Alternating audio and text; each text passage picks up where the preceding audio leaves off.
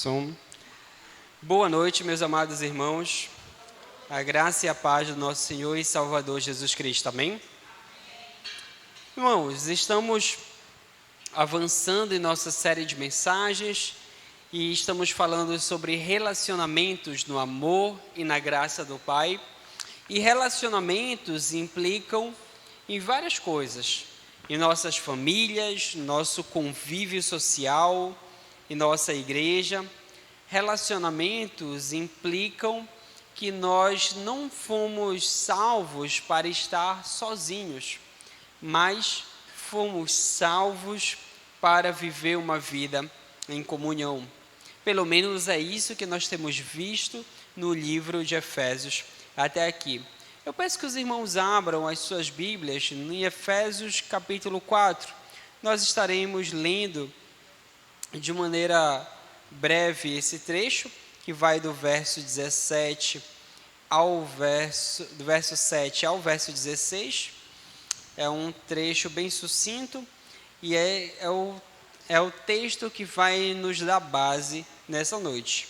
Na minha tradução diz o santo ministério e o serviço dos santos. Então, em pé e assentados como estamos, estaremos lendo juntos. E a graça foi concedida a cada um de nós segundo a medida do dom de Cristo. Por isso diz, quando ele subiu às alturas, levou cativo o cativeiro e concedeu dons aos homens. Ora, o que quer dizer ele subiu, senão também que havia descido até as regiões inferiores da terra? Aquele que desceu é também o mesmo que subiu acima de todos os céus, para encher todas as coisas.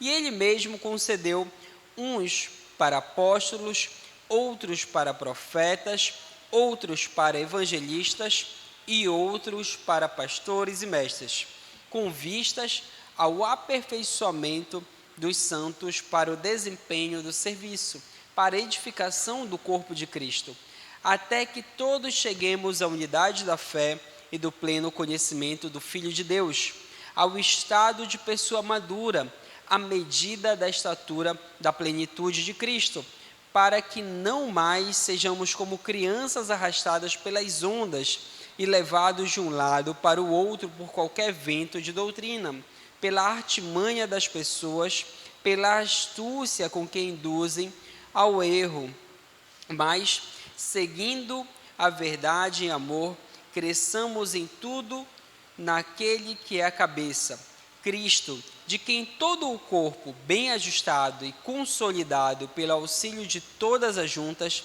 segundo a justa cooperação de cada parte, efetua o seu próprio crescimento para a edificação de si mesmo em amor. Amém. Irmãos, esse é um texto daqueles que você lê assim, terminou de ler, você pergunta, o que foi que você acabou de ler mesmo? Ele é um texto aparentemente simples, mas ele é muito denso, ele traz muita informação. E esse texto, ele tem uma mensagem que começa de forma muito simples. Deus concedeu dons aos homens. Ele começa falando isso, e é essa a ideia básica. Se Deus nos concedeu dons, quais foram esses dons? E aí ele coloca a lista: apóstolos, profetas, evangelistas, pastores e mestres. Essa lista aqui é amplamente debatida nos meios teológicos, sobre quais dons ainda seriam atuais, quais dons estariam presentes só na primeira igreja, ou só nessa igreja que recebeu as cartas, ou seja, na igreja primitiva no geral. Mas, para além disso, ele nos explica que os dons, eles são, de certo modo, para o aperfeiçoamento. Então, olha a lógica do texto. Deus concedeu dons que são para o aperfeiçoamento dos santos, para o aperfeiçoamento da igreja, para a unidade da fé, para o conhecimento do Filho e para que todos cheguem ao estado de pessoa madura. E aí, claro, por quê? Para que não seja igual uma criança arrastada, igual vento de doutrina, por todo vento de doutrina, melhor dizendo. E aí eu queria explicar esse texto de alguma outra forma. O primeiro ponto, a gente vê no verso 7 a 10, que ele nos fala que cada cristão recebeu graça segundo a medida de Cristo. Então você recebe uma graça ou você recebe dons espirituais. Essa não é a única lista de dons, mas cada cristão, cada pessoa salva, recebeu dons espirituais. O que significa que o Estevão recebeu dons, que a irmã Nilza recebeu dons, que o Estevinho recebeu dons, e esses dons precisam ser aplicados e utilizados na igreja. Qualquer um que tem dom, esse dom vem diretamente de Cristo. E aí, irmãos, ninguém na igreja do Senhor é inútil ou sem propósito. Ninguém está aqui, pastor, eu não quero trabalhar, eu queria ficar só no banco. Às vezes a gente ouve isso, mas na Bíblia você observa que não existe inutilidade no meio de Cristo. Irmãos, a igreja ela é comparada com um corpo, e no corpo não existe órgão inútil. E aí talvez você fale, pastor, mas tem gente aí que vive por aí sem 9 dedos. É verdade, mas olha quanta besteira faz sem um dedo a menos. Estou brincando, brincadeira. Mas a verdade é que você até sobrevive sem uma parte do corpo, mas não é um órgão, não é inútil, né? Ele faz falta para um todo. Alguns são mais úteis no sentido de terem mais dons do que outros, mas no geral todos temos dons. E irmãos, eu sei que atualmente eu sou pastor, mas eu lembro que eu cresci com uma crise de identidade muito grande. E olhando para criança, para mim criança, né? Com certeza era um daqueles moleques que mereciam um cascudo, assim, tu para de frescura. Porque eu dizia que eu não tinha dons, mas não é que eu não tinha dons. É que eu tinha um colega que era muito talentoso, ele cantava, tocava, fazia sucesso lá na igreja. Vocês sabem. E eu não tinha esses dons, né? Sabe quando você olha assim o dom do colega? Eu brinco que até hoje Deus não deixou eu cantar e bater palma ainda, só de estar zangado comigo. Então, se eu não tinha aquele dom, eu não queria atuar com os dons que eu tenho. Às vezes a gente vê irmãos falando isso, só que não é essa a proposta bíblica. A Bíblia fala que você tem dom e que você precisa atuar com os dons que Deus lhe deu. A gente tem uma referência aqui a vários dons. Por exemplo, o dom de evangelista. E aqui eu lembro que só a irmã Natividade, né, se identificou com esse dom, né? Mas existem vários dons. Existe, por exemplo, o dom de pastor, o dom de mestre, e alguns entendem que é um dom só, né? Todo pastor é mestre, outros entendem que o mestre ele é alguém diferente, mas essa aqui não é a única lista espiritual. A pergunta é, que dons você está exercendo no corpo de Cristo? Por exemplo, uma dona de casa que ora e que aconselha bem outras mulheres, ela está exercendo um dom tão importante para a igreja quanto quem prega. E às vezes a gente pensa que só o pastor tem maior dom. E aí eu digo que ele tem um dom diferente, né? O dom da pregação, e ele não é exclusivamente do pastor, ele é um dom diferente, talvez mais visível por estar aqui domingo a domingo. Mas, irmãos, a essa altura do campeonato, não se faz igreja só com o pastor. Vocês sabem disso, não é? Embora o pastor seja o líder, seja aquele que esteja na frente, que guie, a igreja ela não marcha só com o pastor. Pelo contrário, alguns dos maiores avanços dessa igreja pouco tiveram a ver comigo. Muito tem a ver com atitude, com proatividade. E aí eu posso citar várias coisas aqui. E não vou citar muitas para não ser injusto, mas, por exemplo, não é o pastor que fica trazendo as crianças de moto para cá. Não é o pastor que fez que esteve à frente da EBF. Não é o pastor que está puxando o ministério de louvor. Todos nós somos importantes. Não é o pastor que cuida da limpeza ou que aconselha todo mundo. Não é.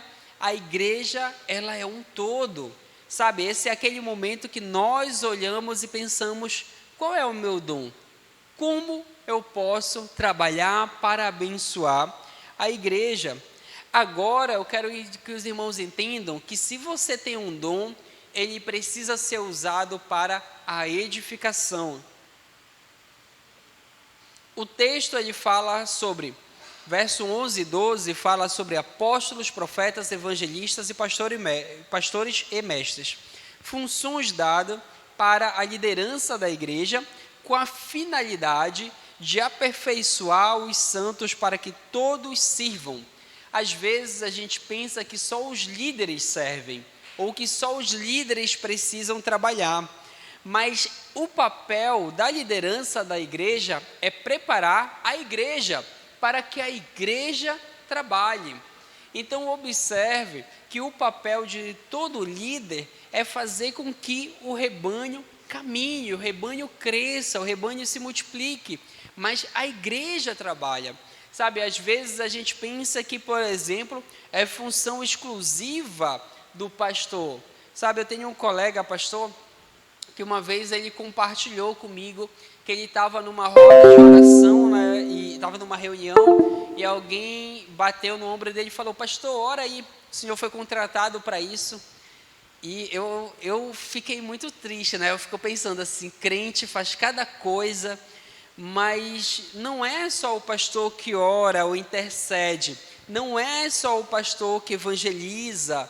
O pastor, ele é mais um treinador da igreja, para que a igreja faça, do que aquela pessoa que vai lá na ponta fazer. E eu não estou dizendo que ele foge da linha de frente, afinal os reis iam para a guerra à frente da sua multidão, mas a questão toda é que o pastor, ele é mais um treinador.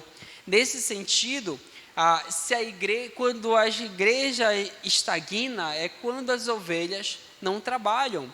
Ou seja, se nós queremos alcançar 1% do Bem-Guí, é nosso trabalho. E, irmãos, isso é nossa missão. Não é missão. Às vezes a gente esquece isso. Às vezes a gente esquece. Sabe aqueles vídeos do barco que está andando assim, aqueles barquinhos pequenos, quando vê o peixe pula dentro? Eu penso que às vezes crente batista gosta muito disso, né? Quando um peixe pula aqui dentro, assim: de onde você vem? Aí a pessoa: eu venho de tal igreja. Se já tiver lavadinho, for crente, tiver dom e tiver pronto para trabalhar, melhor ainda. Mas não é isso. O reino de Deus, ele tem a ver com pescaria. Hoje em dia a gente pensa na pescaria muito como hobby, mas pescaria era uma profissão. E veja vídeos na internet de pesca. Você vai ver ondas assustadoras, você vai ouvir relatos de noites frias. Aqueles que pescam em mangue, você vai ver a pessoa cheia de lama, andando até onde consiga achar alguns peixes. Pescaria dá trabalho, nos suja, é muito cansativo. E por vezes o peixe que a gente pegou tem que ser limpo, tem que ser preparado. Então a gente não pode esquecer dessa perspectiva. O avanço do reino de Deus, ele é trabalhoso, irmãos. Queria dizer que é simples, mas não é. É trabalhoso. E aí isso vale tanto para alcançar pessoas de fora, quanto para ensinar os corações do de dentro. Dos de dentro. Observem aqui que nós temos crianças que darão muito trabalho, mas que esse trabalho é um trabalho precioso e valioso. Sabe, conhecendo os irmãos, eu não consigo dizer a tristeza que seria perder um dos nossos pequenos, vê-los se desviar da fé, ver um dos meus filhos ou dos filhos de vocês se desviar da fé ao longo do caminho. Por isso, nós precisamos trabalhar enquanto igreja e precisamos dos dons de todo mundo, precisamos dos dons uns dos outros para a edificação desse local. Observem que não dá para você ficar de canto: pastor, eu não quero ajudar, pastor, eu não quero trabalhar. Não, cada membro que não trabalha é muita força que a nossa igreja perde. E aí o texto ele vai continuar nos falando do verso 13 ao 14, que o grande propósito, irmãos, é a maturidade, até que todos cheguemos à unidade da fé e do pleno conhecimento do Filho de Deus, ao estado de pessoa madura, à medida da estatura da plenitude de Cristo, para que não sejamos mais como crianças arrastadas pelas ondas e levados de um lado para o outro por qualquer vento de doutrina, pela artimanha das pessoas, pela astúcia com que induzem ao erro. E aqui a gente precisa entender que nós precisamos chegar à maturidade. Irmãos, nós educamos nossos filhos para que eles se tornem adultos funcionais, adultos saudáveis. Sabe, quando nós temos uma criança com deficiência, os pais trabalham assim, o máximo possível para que aquela criança ganhe autonomia na sua vida. E é essa a nossa realidade. A igreja precisa formar adultos espirituais. Nós precisamos chegar na unidade da fé. Observa que divisão, discórdia e ciúmes é coisa de criança, coisa de crente infantil, coisa de crente imaturo. Observe, irmãos, que a maturidade, ela tem a ver com a constância. Inconstância, ora eu quero, ora eu não quero, ora eu vou, ora eu não vou, é coisa de crente infantil, de crente que ainda não cresceu. Sabe, como a gente falava antigamente, molecagem. É essa que é a ideia. E aí o texto ele tem essas duas expressões, né? A maturidade e a constância, e ele usa a expressão daquele barco à vela, né? Ou seja, é levado pelas ondas e é levado pelo vento. Então, se o vento for muito forte e as velas estiverem hasteadas, ele é levado mesmo contra a direção que ele queira. Daí a ideia de baixar as velas naqueles barcos antigos. Hoje os barcos são a motores, é outra coisa. Mas aqui a gente tem duas coisas: crente que é inconstante e crente que é imaturo, que é levado por qualquer vento de doutrina. Irmãos, eu vejo irmãos compartilhando cada coisa no YouTube, que eu olho assim, olha o vento de doutrina aí. Coisas básicas, coisas que são às vezes tolas, frentes aos problemas que nós enfrentamos em nossas casas ou nossas famílias. Que nós possamos nos focar, olhar para aquilo que é importante, para a maturidade espiritual. Sabe, o crente maduro, ele não é aquele que vive de emoção. E eu vou compartilhar uma cena que eu presenciei hoje. Conheço um rapaz, por sinal descobri que ele é batista também, e não vou dar muitos detalhes, mas ele estava falando que ele foi numa igreja e ele, meu Deus, ele contando, né? Quando eu cheguei lá, tinha acontecido, eu senti que estava acontecendo alguma coisa.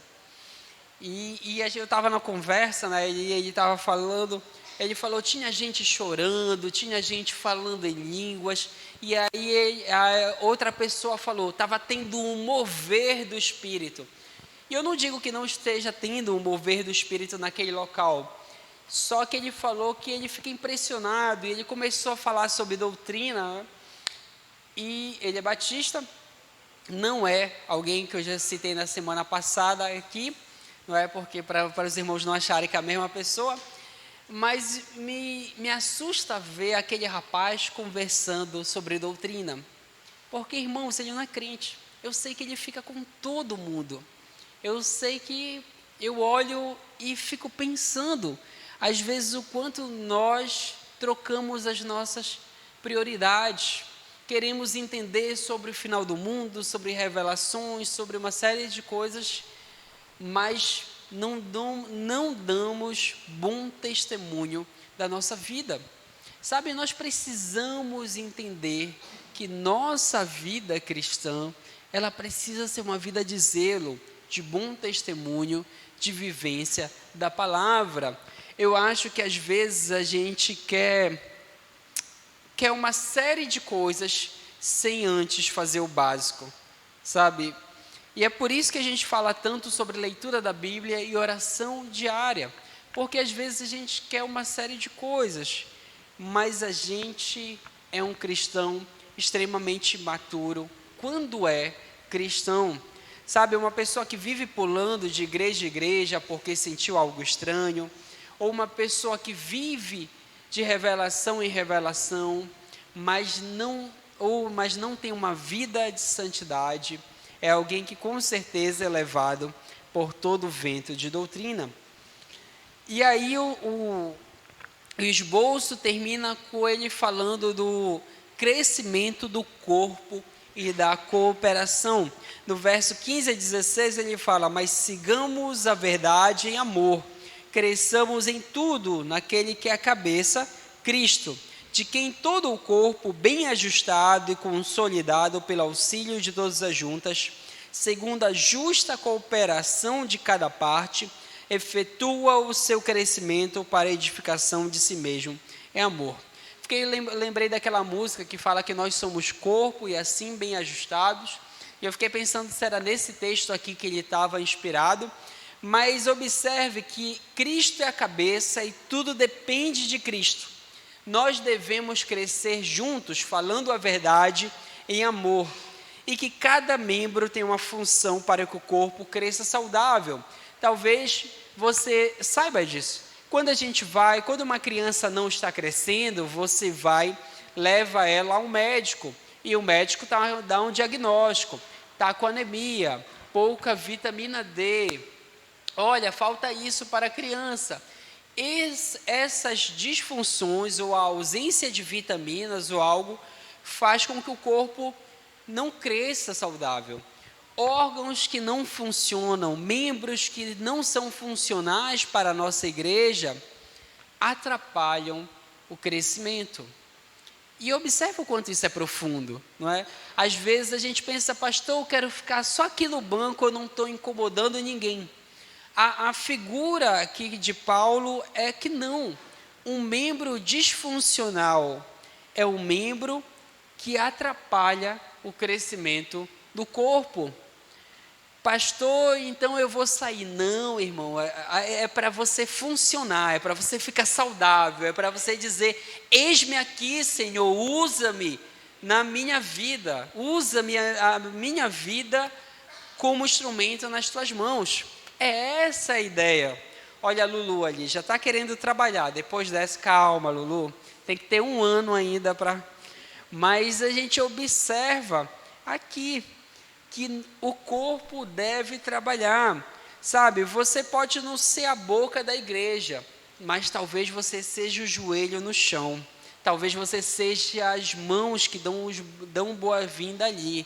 Talvez você seja a bengala sentada bem ali que fala: onde é que tu vai?